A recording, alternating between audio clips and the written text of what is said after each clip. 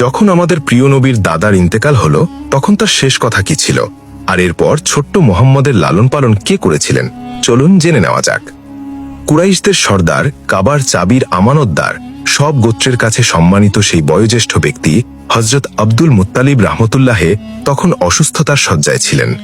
বড় বড় নেতারা তার চারপাশে বসেছিলেন। তার সাদা দাড়ি বুকে ঝুলে পড়েছিল, আর চোখে এখনো নূরের ঝলক ছিল।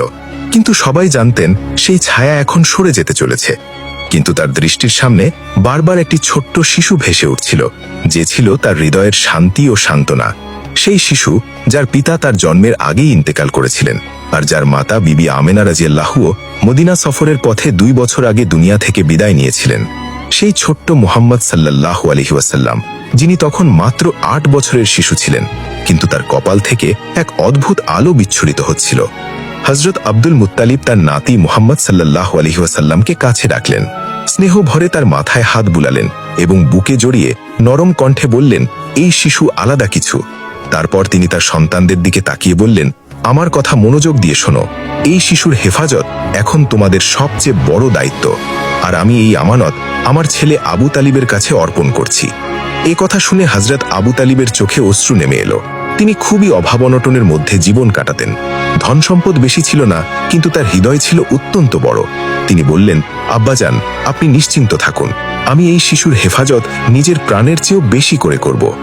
কিছুদিন পর সেই মুহূর্ত এলো যখন মক্কার মানুষ আরেকটি বড় শোকের সম্মুখীন হল। হযরত আব্দুল মুত্তালিবের ইন্তেকাল হয়ে গেল। কুরাইশরা শোকে স্তব্ধ হয়ে গেল, কিন্তু সবচেয়ে বেশি কষ্ট পেলেন ছোট্ট মুহাম্মদ সাল্লাল্লাহু আলাইহি ওয়াসাল্লাম।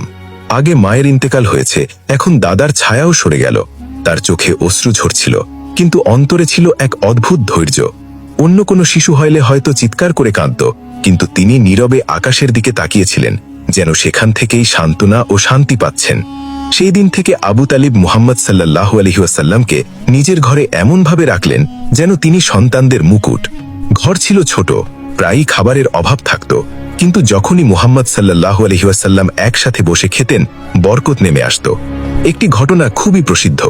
একদিন ঘরে খুব সামান্য খাবার রান্না হয়েছিল, যা 2-3 জনের জন্যই যথেষ্ট ছিল।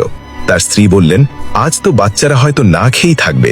কিন্তু আবু তালেব ছোট্ট মুহাম্মদ সাল্লাল্লাহু আলাইহি ওয়াসাল্লামকে পাশে বসালেন এবং বললেন, বেটা, তুমি আমাদের সাথে খাও। যেই তিনি বিসমিল্লাহ বলে খাওয়া শুরু করলেন, সেই সামান্য খাবার বাড়তে লাগলো।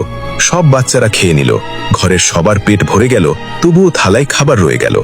এটাই আমার নবীর বরকত, যেখানে অল্প খাবারেও পুরো পরিবারের পেট ভরে যায়। সুবহানাল্লাহ।